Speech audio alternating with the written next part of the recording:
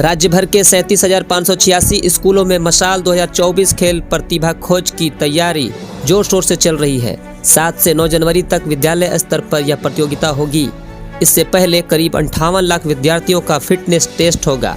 इसके तहत 8 स्पर्धाएं होंगी। इसमें बच्चों की शारीरिक क्षमता का परीक्षण होगा।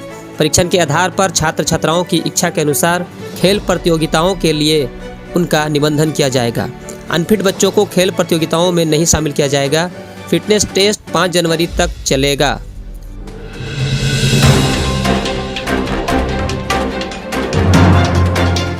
शिक्षा विभाग ने सरकारी स्कूलों में चेतना सत्र के दौरान लाउड स्पीकर का उपयोग अनिवार्य कर दिया है।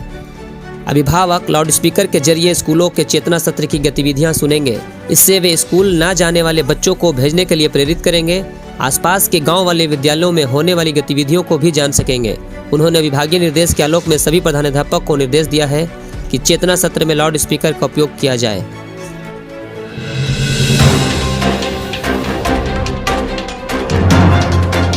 बिहार के सरकारी स्कूलों में टीचर्स के ट्रांसफर हेतु 1,90,000 अभ्यावेदन लिए गए हैं, लेकिन प्रक्रिया में देरी से शिक्षक परेशान हैं। बिहार युवा शिक्षक संघ ने इस मुद्दे पर शिक्षा विभाग के अपर मुख्य सचिव को पत्र लिखकर तुरंत कार्रवाई की मांग की है। विभाग ने दिसंबर के तीसरे वीक में प्रक्रिया शुरू करने की घोषणा की थी, लेकिन अब तक कोई प्रगति नहीं हुई है। नए वर्ष में टीचर्स को उनकी ऐच्छिक तैनाती सुनिश्चित करने के लिए ट्रांसफर प्रक्रिया शीघ्र शुरू करने की मांग की है।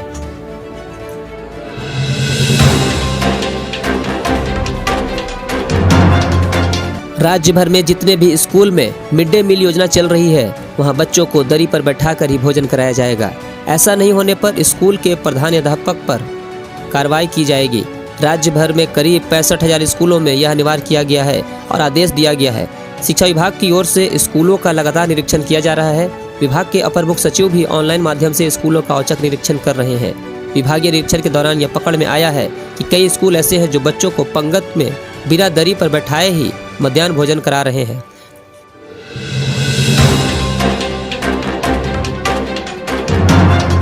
शिक्षा विभाग के निर्देश पर जिले के सभी बीआरसी में कैंप लगाकर प्रथम चरण के तहत सक्षमता परीक्षा पास नियोजित शिक्षकों को विशिष्ट शिक्षक का नियुक्ति पत्र दिया गया।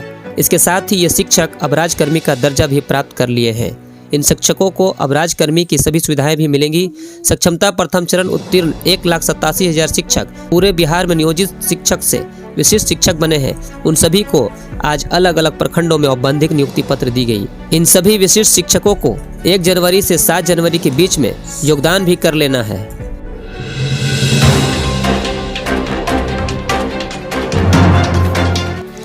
जनसुराज अभियान के सूत्रधार प्रशांत किशोर ने कहा है कि बीपीएससी अभ्यर्थियों की मांग पर राज्य सरकार के निर्णय का 1 जनवरी तक इंतजार करेंगे। छात्रों की मांग के अनुरूप सरकार का फैसला नहीं आता है तो हम लोग 2 जनवरी से अनिश्चितकालीन धरना शुरू करेंगे। इसको लेकर 3 जनवरी को न्यायालय में भी जाएंगे।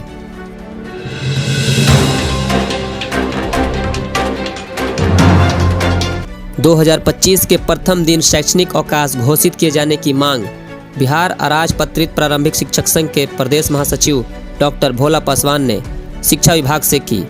माल सलामी में हुई बैठक के दौरान उन्होंने कहा कि गत वर्षों में 1 जनवरी को स्कूलों में 9 वर्ष का अवकाश मिलता रहा है।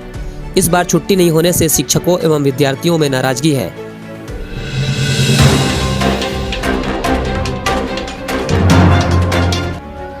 सरकारी स्कूलों में पढ़ने वाले कक्षा तीसरी से 8वीं के बच्चों के लिए नए सत्र से क्लास का रूटीन बदला रहेगा।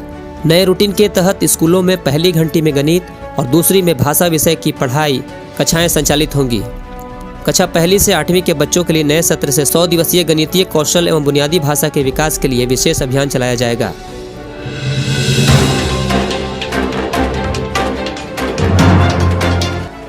राज्य के माध्यमिक और उच्च माध्यमिक विद्यार्थियों के लिए भी निःशुल्क किताबें देने की तैयारी चल रही है। इसके लिए किताबों का मॉड्यूल तैयार कर लिया गया है। सभी विषयों की किताबें हिंदी और अंग्रेजी दोनों ही भाषाओं में तैयार की गई है।